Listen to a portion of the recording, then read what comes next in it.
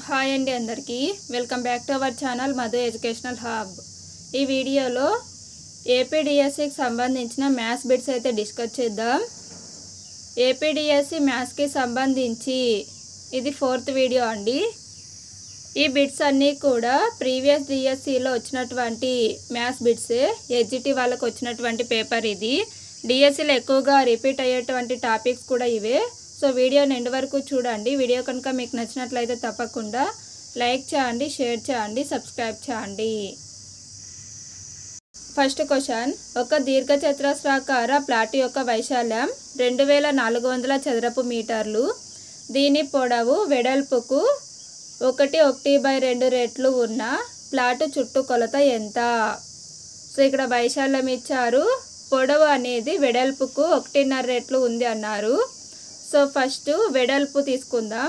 వెడల్పు x అనుకుంటే పొడవు అనేది వెడల్పుకు 1.5 రెట్లు కాబట్టి దీన్ని మనం 1/2ని 3/2గా రాయవచ్చు। సో L అయితే 3/2 × x అవుతుంది। So L 3/2x bx। ఇక్కడ వైశాల్యం 2400 ఇచ్చారు। దీర్ఘచతురస్రానికి వైశాల్యానికి formula L × b। So x × 3x/2 = 2400।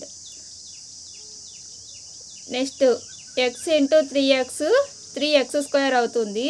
3x² ఈ బయట అనేది ఇటు సైడ్కి పోతే × 2 అవుతుంది। సో 2400 × 2 చేస్తే మనకు 4800 అయితే వస్తుంది। మనకు కావాల్సింది x² కాబట్టి x² ఈ 3 అనేది ఇటు సైడ్కి వస్తే /3 అవుతుంది।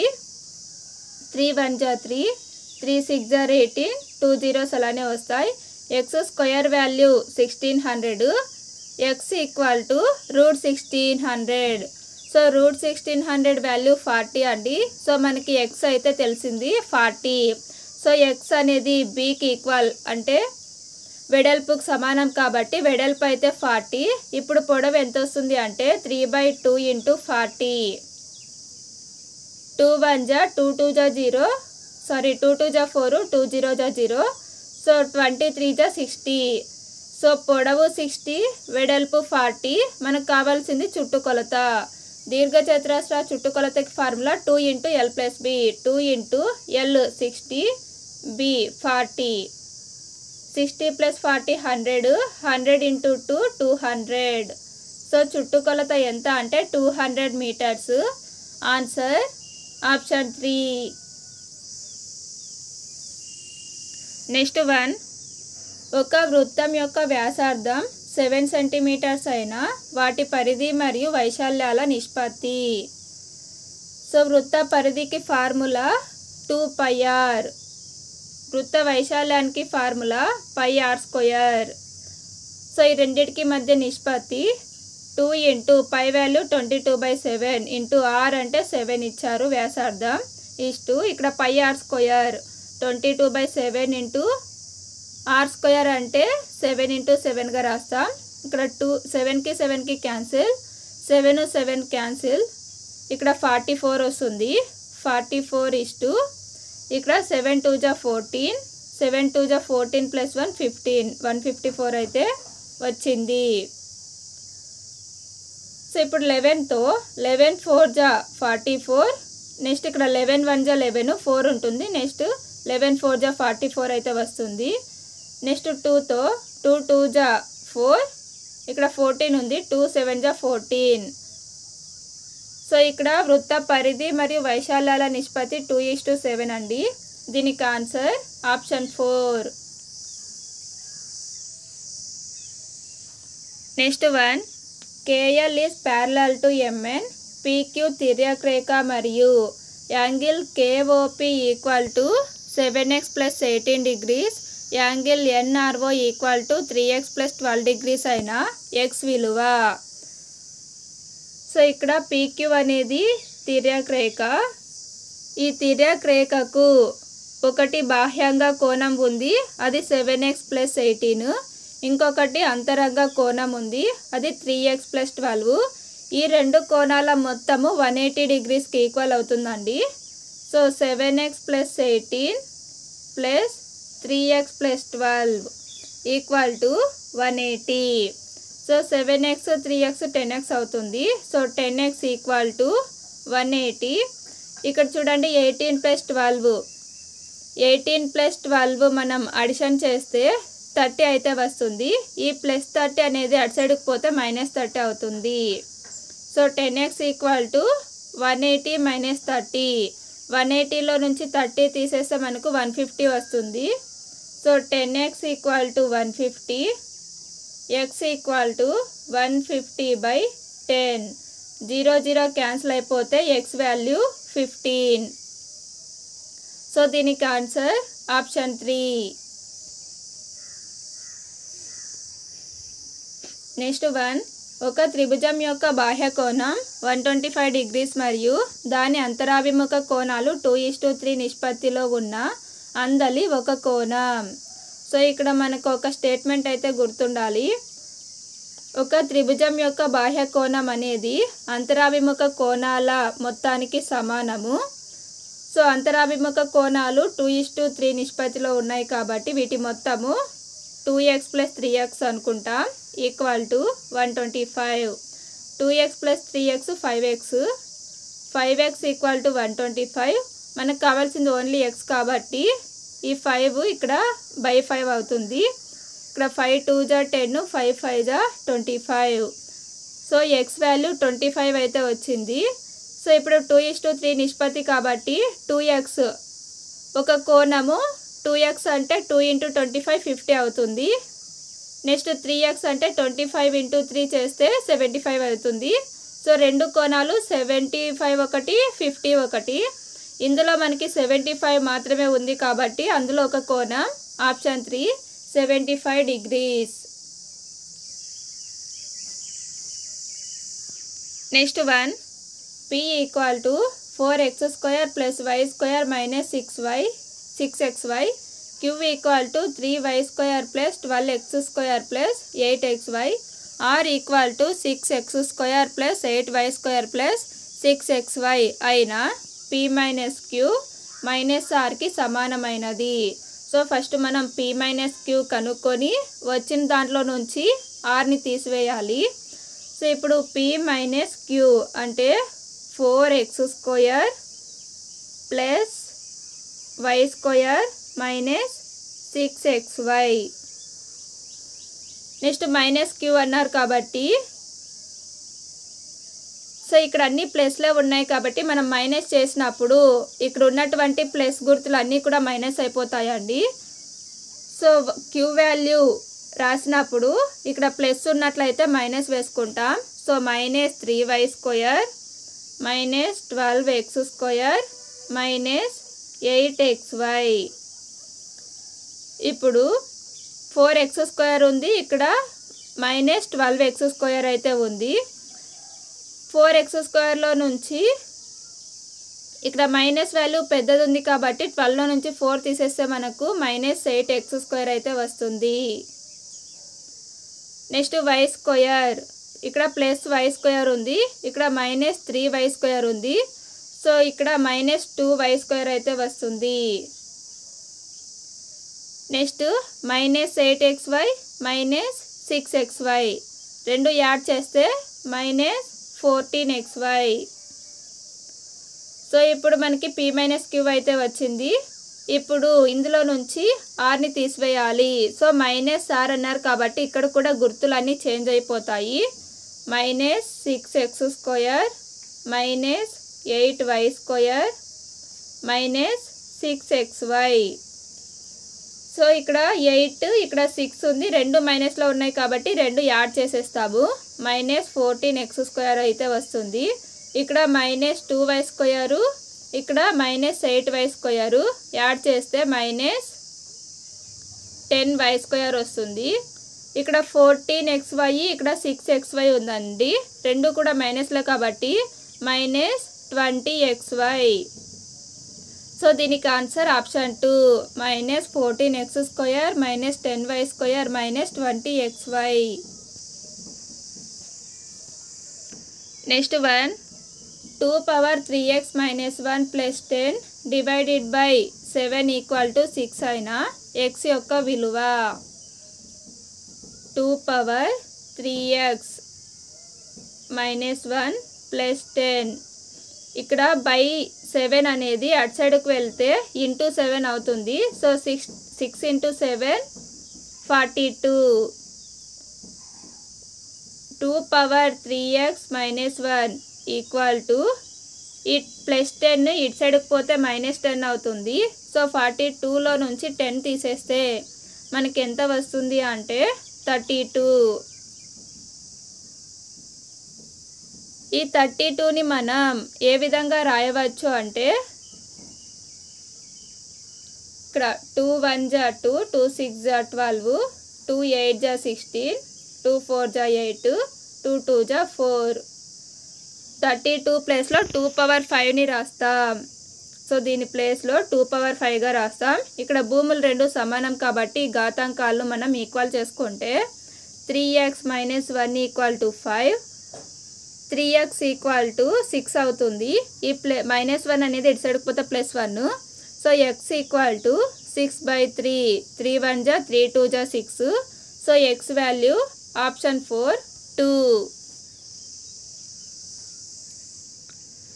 నెక్స్ట్ 1 రెండు సంఖ్యల మొత్తం 29 మరియు ఒక సంఖ్య మరొక దానికంటే 5 ఎక్కువ అయినా ఆ సంఖ్యలలో ఒకటి. సో ఒక సంఖ్య x అనుకుంటాము, మరొక సంఖ్య దానికంటే 5 ఎక్కువ అన్నారు కాబట్టి ఇంకొకటి x ప్లస్ 5 అవుతుంది.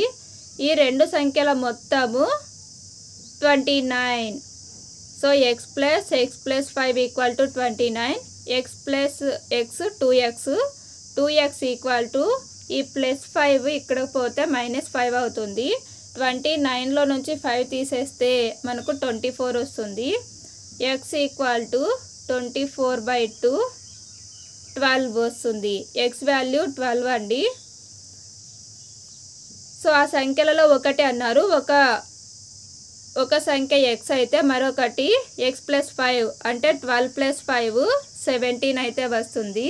సో ఇక్కడ 17 ఉంది కాబట్టి ఆప్షన్ 4 కరెక్ట్ ఆన్సర్.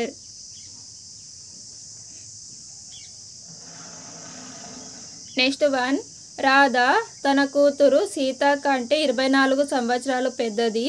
6 సంవత్సరాల క్రితం రాధా వయసు సీత వయసుకు 3 రెట్లు అయినా సీత వయసు ఎంత? ఇక్కడ సీత, ఇక్కడ రాధా వయసు. ఫస్ట్ సీత వయసు x అనుకుంటే రాధా వయసు x ప్లస్ 24 అవుతుంది. 24 సంవత్సరాలు పెద్దది కాబట్టి. నెక్స్ట్ 6 సంవత్సరాల క్రితం అన్నారు కాబట్టి -6 వేసుకోవాలి. సో 6 సంవత్సరాల క్రితం రాధా వయసు సీత వయసుకు 3 రెట్లు అన్నారు కాబట్టి ఇక్కడ సీత వయసు దగ్గర 3 × x - 6 వేసుకోవాలి.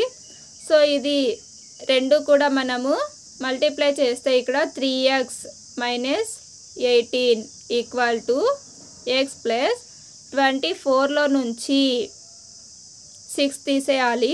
సో ఆ విధంగా చేస్తే మనకు 18 అయితే వస్తుంది.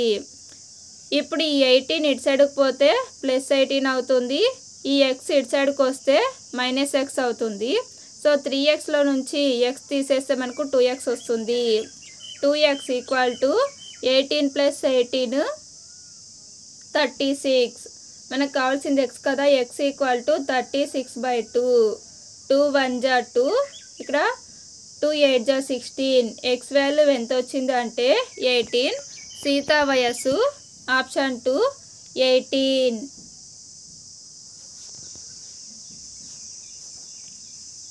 నెక్స్ట్ 1 ఒక చతుర్భుజంలోని కోణాలు x degrees, x - 10 degrees, x + 30 degrees మరియు 2x డిగ్రీస్ అయినా అందులో చిన్న కోణం ఏది? సో మనందరికీ తెలుసు చతుర్భుజంలోని కోణాల మొత్తం 360 డిగ్రీస్. సో ఇవన్నీ యాడ్ చేసి 360 డిగ్రీస్కి ఈక్వల్ చేయాలి. సో ఎన్ని ఎక్స్లు ఉన్నాయంటే 4x, ఇక్కడ 5xలు ఉన్నాయండి. సో 5x ఇక్కడ +30 ఉంది, ఇక్కడ -30 ఉంది. సో 30లో నుంచి 10 తీసేస్తే మనకు వచ్చేది 20. So 5x + 20 = 360. నెక్స్ట్ 5x ఈ +20 ఇటు సైడ్కి వస్తే -20 అవుతుంది. సో 360లో నుంచి 20 తీసేస్తే 340. x = 340/5 అవుతుంది. సో 5 1 = 5, 5 6 = 30. నెక్స్ట్ 40 ఉంటుంది. 5 8 = 40. x వాల్యూ ఎంత వచ్చింది అంటే 68. ఇందులో చిన్న కోణం ఏది అని కనుక్కోమన్నారు. సో ఇక్కడ మనకి లెక్కలో x డిగ్రీస్ ఒకటి, x - 10 ఒకటి, x + 30 ఒకటి, 2x ఒకటి. సో ఇక్కడే మనకు తెలిసిపోతుంది చిన్న కోణం ఏదవుతుంది అంటే x - 10. సో ఇక్కడ x తెలుసు కాబట్టి 68లో నుంచి 10 తీసేస్తే మనకు 58 వస్తుంది. సో ఇందులో చిన్న కోణం ఏది అంటే ఆప్షన్ 3 58 degrees. నెక్స్ట్ 1 ఒక సమలంబ చతుర్భుజం యొక్క వైశాల్యం 480 చదరపు సెంటీమీటర్లు. సమాంతర భుజాలలో ఒక భుజం కొలత 24 సెంటీమీటర్స్ మరియు వాటి మధ్య లంబ దూరం 8 సెంటీమీటర్స్ అయిన రెండవ సమాంతర భుజము సెంటీమీటర్లలో. సో ఇక్కడ ట్రెపీజియా వైశాల్యానికి ఫార్ములా ½ × a + b × h. ఇది సమలంబ చతుర్భుజం లేదా ట్రెపీజియం వైశాల్యానికి ఫార్ములా =480 అయితే ఇవ్వడం జరిగింది. నెక్స్ట్ ½ × a + b అంటే భుజం కొలతలు ఒక్కటే ఇచ్చారు, రెండవది మనం కనుక్కోవాలి. So 24 + b. ఇక్కడ h లంబ దూరం ఎంత ఇచ్చారు 8 కాబట్టి ఇక్కడ ఇంటూ h అని ఉంది కదా, అటు సైడ్కి పోతే /8 అవుతుంది. సో 8 1 = 8, 8 6 = 48, 8 0 = 0, ఇటు సైడ్ 60 ఉంటుందండి. ఈ 24 + bని ఇటు సైడే పెట్టుకుంటాం. 24 + b = ఈ 2 అనేది ఇక్కడ డివిజన్ చేస్తుంది, అటు సైడ్కి పోతే గుణిస్తుంది. 62 = 120 అవుతుంది. మనకు కావాల్సింది b మాత్రమే. సో b = ఈ +24 ఇటు సైడ్కి పోతే -24 అయితే అవుతుంది. 120లో నుంచి 24 తీసివేయాలి. సో 120లో నుంచి 24 తీసేస్తే మనకు 96 వస్తుంది. సో రెండవ సమాంతర భుజం ఎంత అంటే ఆప్షన్ 1 96 సెంటీమీటర్స్.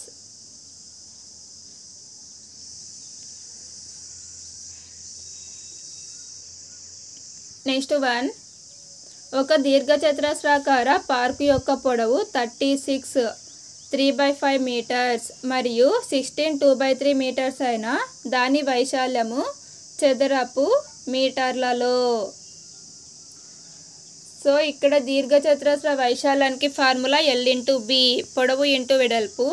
ఈ 36 3/5ని మనం ఏ విధంగా రాయవచ్చు అంటే 183/5. ఇది ఏ విధంగా అంటే 36 × 5 + 3/5గా రాయాలి. సో ఆ విధంగా మల్టిప్లై చేస్తే 183/5 వస్తుంది. ఇంటూ ఈ 16 2/3ని 3 × 16 48, 48 + 2 50, 50/3గా రాస్తాం. సో ఇక్కడ 5తో 5 10 = 50, 3 1 = 3 6 = 18, 3 1 = 3. సో ఇక్కడ 61 × 10 610 వస్తుంది. సో దీర్ఘచతురస్ర వైశాల్యము ఆప్షన్ 4 610 మీటర్ స్క్వేర్ లేదా 610 చదరపు మీటర్లు. నెక్స్ట్ 1 8 9 మరియు 10లచే నిశ్శేషంగా భాగించబడే కనిష్ట వర్గ సంఖ్య ఏది? సో దీన్ని మనం ఆప్షన్స్ ద్వారా వెళ్తే 3600 అనేది 8తో డివిజిబుల్ అవుతుంది. నెక్స్ట్ 9తో కూడా డివిజిబుల్ అవుతుందండి. నెక్స్ట్ చివరి రెండు అంకెలు జీరోలు కాబట్టి 10తో కూడా డివిజిబుల్ అవుతుంది. సో 8, 9 మరియు 10లచే నిశ్శేషంగా భాగించబడే కనిష్ట వర్గ సంఖ్య ఆప్షన్ 4 3600.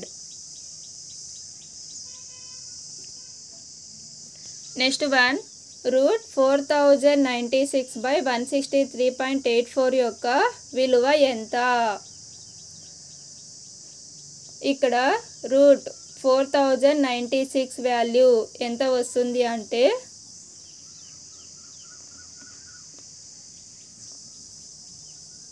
64 × 64 చేస్తే 4096 వస్తుంది. నెక్స్ట్ 163.84కి స్క్వేర్ రూట్ ఎంత అంటే 12.8. సో ఇప్పుడు మనం ఈ 12.8ని ఏ విధంగా రాయవచ్చు అంటే ఈ 64ని అలానే పెట్టుకుంటాం. సో 64 × 12.8 అంటే 128/10గా రాస్తాం. సో పాయింట్ తర్వాత 1 డిజిట్ ఉంది కాబట్టి బై 10 చేయాలి.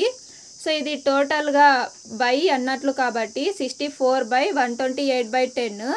ఈ 128/10 పైకి వస్తే 10/128 అయితే అవుతుంది.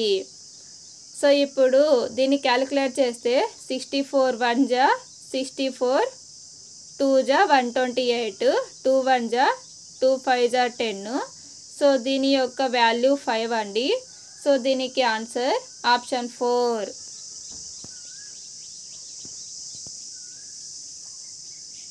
నెక్స్ట్ వన్, రెండు సంఖ్యల లబ్దం -1/4, అందులో ఒకటి -3/10 అయినా మరొక సంఖ్య. సో మనకి మరొక సంఖ్య తెలియదు కాబట్టి x అనుకుంటాం. x ఇంటూ ఒక సంఖ్య -3/10, ఈ రెండిటి లబ్దం -1/4 కాబట్టి ఈక్వల్ టు -1/4 చేస్తాం. మనకు కావాల్సింది x equal to -1/4 into, so ఇక్కడ ఇంటూ -3/10 అనేది ఇటు సైడ్కి వస్తే బై -3/10 అవుతుంది. సో ఈ బై అనేది మళ్ళీ పైకి వచ్చినప్పుడు -10/3 అయితే అవుతుంది. సో ఇక్కడ 2తో 2 2 జా 4, 2 5 జా 10. So minus into minus plus అవుతాయి. సో 5 1 జా 5/2 3 జా 6. ఎక్స్ వాల్యూ 5/6 వస్తుంది. సో ఒక సంఖ్య -3/10 అయితే మరొక సంఖ్య ఆప్షన్ 1 5/6. నెక్స్ట్ వన్, 2400 రూపాయల నందు 7 1/2%కు సమానమైనది. సో ఇక్కడ 100% 2400. దీన్ని మనం ఏ విధంగా రాయవచ్చు అంటే 2 7 14, 14 + 1 15. సో 15/2% మనం కనుక్కోవాలి. సో 2400 అనేది 100%కి సమానమైతే ఇందులో 15/2% వాల్యూ ఎంత? సో ఆబ్వియస్లీ 2400 కంటే తక్కువే వస్తుంది. సో దీనికి తక్కువ బై ఎక్కువ ఇంటూ మిగిలినది ఫార్ములా వేసుకుంటాం. So 15/2/100 into 2400. సో దీన్ని ఏ విధంగా రాయవచ్చు అంటే 15/2, ఇక్కడ 100/1 ఉన్నట్లు పైకి వస్తే ఇంటూ 1/100 అవుతుంది, ఇంటూ 2400. 2 zeros 2 zeros క్యాన్సిల్ అయిపోతాయి. 2 1 జా 2, 2 1 జా 2, 2 2 జా 4. 15 ఇంటూ 12, 12 5 జా 60, 12 1 జా 12, 12 + 6 18. సో 7 1/2%కు సమానమైనది ఆప్షన్ 1 180 రూపీస్. నెక్స్ట్ వన్, ఒక బ్యాక్టీరియాను 50,000 రెట్లు పెద్దది చేసినప్పుడు దాని పొడవు 5 సెంటీమీటర్స్ అయినా దాని అసలు పొడవు ఎంత? సో అసలు పొడవు అంటే 5/50,000 చేయాలి. సో 5 1 జా 5, ఇక్కడ 10,000 అయితే వస్తుందండి. ఈ 1/10,000ని మనం 10 పవర్ -4గా రాస్తాం. సో దాని యొక్క అసలు పొడవు ఆప్షన్ 3 10⁻⁻4 సెంటీమీటర్స్. నెక్స్ట్ 1 ఒక వస్తువు అమ్మిన వెల కొన్న వెలకు 6/5 రెట్లు అయినా లాభ శాతం ఎంత? సో కొన్న వెల ఎప్పుడు కూడా మనము 100% అనుకుంటాం. సో కొన్న వెల ఈక్వల్ టు 100%. అమ్మిన వెల అనేది కొన్న వెలకు 6/5 రెట్లు అన్నారు కాబట్టి అమ్మిన వెల ఈక్వల్ టు 100 × 6/5. సో ఇప్పుడు లాభ శాతం కనుక్కోమన్నారు. సో ఇక్కడ 5 1 జా 5, 5 2 జా 10, 5 0 జా 0, 60 × 20 120 వస్తుంది. సో ఇక్కడ కొన్న వెల 100, అమ్మిన వెల 120. సో అమ్మిన వెల ఎక్కువగా ఉన్నప్పుడు మనకు వచ్చేది లాభమే కదా. 120లో నుంచి 100 తీసేస్తే 20 అనేది లాభము. మనకు కావాల్సింది లాభ శాతం కదా. సో లాభం బై కొన్న వెల × 100. సో కొన్న వెల 100 × 100 కాబట్టి ఈ 100 క్యాన్సిల్ అయితే మనకు వచ్చేది కూడా 20నే. సో లాభ శాతం ఎంత అంటే ఆప్షన్ 1 20%. నెక్స్ట్ 1 6,400 రూపాయలకు సంవత్సరానికి 7.12% వడ్డీ రేటు చొప్పున 2 సంవత్సరాలకు అయ్యే చక్రవడ్డీ ఎంత? సో ఫ్రెండ్స్ ఇక్కడ ఫస్ట్ చక్రవడ్డీ మొత్తం కనుక్కొని తర్వాత వడ్డీ కనుక్కోవాల్సి ఉంటుంది. చక్రవడ్డీ మొత్తానికి formula A = P × 1 + R/100 n. So ఇక్కడ P అంటే 6,400, Rని మనం కన్వర్ట్ చేసాము 15/2గా, n అంటే 2 years కాబట్టి (2). సో దీన్ని మనం ఏ విధంగా రాసామంటే 6,400 × 100 + 15/2/100. దీన్ని 2 times రాస్తాం (2) కాబట్టి. నెక్స్ట్ ఇక్కడ 6,400 ఇక్కడ 2 × 100 200, 200 + 15 215. సో దీన్ని మనం 215/2గా రాస్తాం. బైలో 100 ఉంది కాబట్టి ఇది పైకి వస్తే 1/100 అవుతుంది. సో సేమ్ ఇక్కడ కూడా సేమ్ అయితే వస్తుంది. ఇక్కడ 2 zeros క్యాన్సిల్ అండి. ఇక్కడ 2 1 జా 2 3 జా 6, 2 2 జా 4, నెక్స్ట్ 2 1 జా 2, 2 1 జా 2, 2 6 జా 12 అయితే వస్తుంది. నెక్స్ట్ 5తో క్యాలిక్యులేట్ చేస్తే ఇక్కడ 5 2 జా 10, 5 0 జా 0, ఇక్కడ 5 4 జా 20, 5 3 జా 15 వచ్చింది.